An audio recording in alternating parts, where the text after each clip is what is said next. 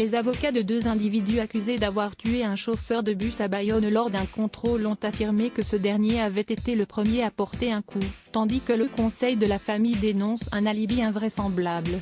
Le chauffeur de bus de 58 ans mort au mois de juillet après avoir été agressé dans l'exercice de ses fonctions à Bayonne aurait été à l'origine du premier coup, affirme ce lundi l'avocat de la défense, tandis que le conseil de la famille dénonce un alibi invraisemblable.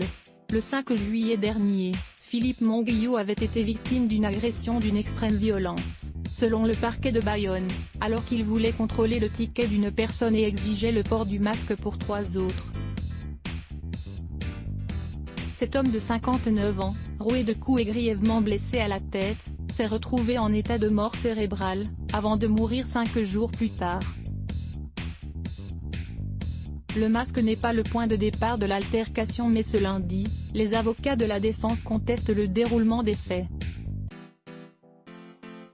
Selon eux, des images de vidéosurveillance montrent le chauffeur asséner le premier coup aux 2 jeunes hommes. L'autobus était équipé de caméras de surveillance, à l'intérieur comme à l'extérieur qui fonctionnaient simultanément, et elles ont, au détail près, objectivé ce qui s'est passé, affirme Thierry Sagardoao lundi soir au micro de BFM TV. Ce n'est pas l'expression de la défense qui le démontre, ce sont les caméras. Ces caméras nous permettent de démontrer, à la seconde près, l'enchaînement des faits, affirme l'avocat, qui dit avoir vu les images à travers le procès-verbal. Les images de la vidéosurveillance établissent que le chauffeur s'approche des 4 garçons assis à l'arrière et assène, à 19h07, un violent coup de tête au visage de mon client, a également indiqué Thierry Sagardoao à l'AFP, confirmant des informations du journal La République des Pyrénées. Les 2 avocats jugent possible d'obtenir une requalification des faits en coups et blessures volontaires ayant entraîné la mort sans intention de la donner. Ce que nous constatons est exactement la même chose qui a été racontée par les policiers.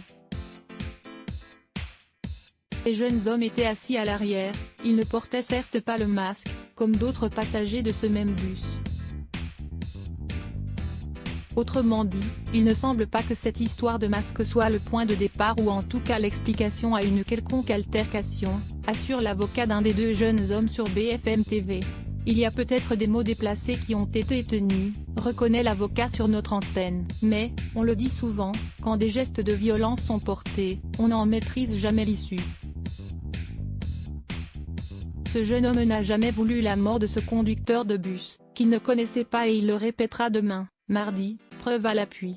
Un jeune homme de 22 ans entendu ce mardi son client, l'un des 2 mis en examen pour homicide volontaire, âgé de 22 ans, sera entendu mardi pour la première fois sur le fond par la juge d'instruction saisie du dossier, à Bayonne. Interrogé par l'AFP, Me Alexandre Novion, avocat de l'épouse et des 3 filles du chauffeur décédé, a estimé que ces gens incapables de présenter la moindre compassion sont à la recherche de l'alibi le plus invraisemblable pour justifier leur déferlement de haine.